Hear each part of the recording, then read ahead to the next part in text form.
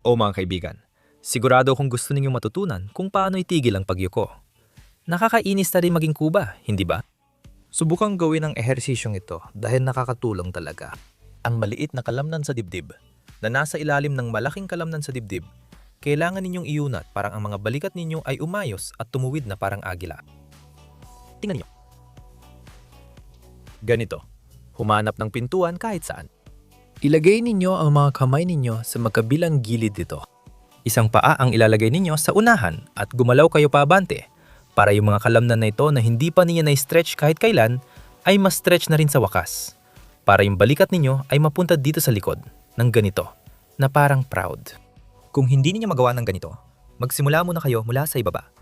I-stretch ninyo ang mga kalamnan. 10 ulit sa isang side, 10 ulit din sa kabila. Pagkatapos, lumapit kayo sa salamin at tingnan.